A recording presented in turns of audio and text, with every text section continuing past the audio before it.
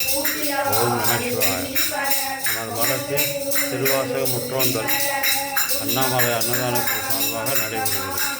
ஓம் நமச்சிவாய. பங்குனி பௌர்ணமியை முன்னிட்டு நமது அன்னதான மடத்தில் திருவாசக முற்றோந்தல் நடைபெறுகிறது. ஓம் நமச்சிவாய.